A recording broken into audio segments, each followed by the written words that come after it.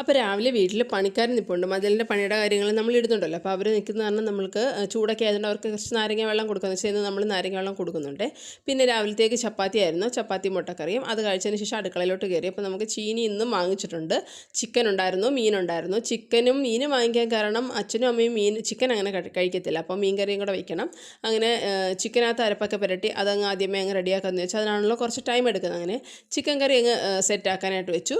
പിന്നെ മീൻ തേടെടുത്തിട്ട് മുളക് കറി വെക്കാമെന്ന് വിചാരിക്കുന്നത്. മത്തി അങ്ങ് വെച്ചിരിക്കാമെന്ന് വിചാരിച്ച് നാളത്തേക്ക് എടുക്കാമല്ലോ. പിന്നെ ഒരടുപ്പിൽ ചീനി റെഡിയാവുന്നുണ്ട്, പിന്നെ ഒരു സൈഡിൽ ചിക്കനും റെഡിയാവുന്നുണ്ട്. അങ്ങനെ അത് റെഡിയായി കഴിഞ്ഞപ്പോഴത്തേക്ക് നമ്മൾ മുളക് കറി അങ്ങ് ആക്കാമെന്ന് വിചാരിച്ചിട്ട് അത് വെച്ചു.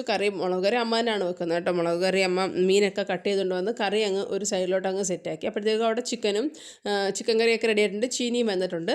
പിന്നെ ചീനിക്ക് അങ്ങ് അരപ്പ് പുരട്ടി. ചീനിക്കകത്ത് നമ്മൾ അരപ്പ് പുരട്ടിയപ്പോൾ ഇത്തിരി മഞ്ഞപ്പൊടി കൂടി പോയി കേട്ടോ. അമ്മ അത് പറയുകയും ചെയ്തു, ചീനിക്ക് ഇച്ചിരി മഞ്ഞൾ കളർ കൂടി പോയിരുന്നു. പിന്നെ മോരായിരുന്നു, മോരും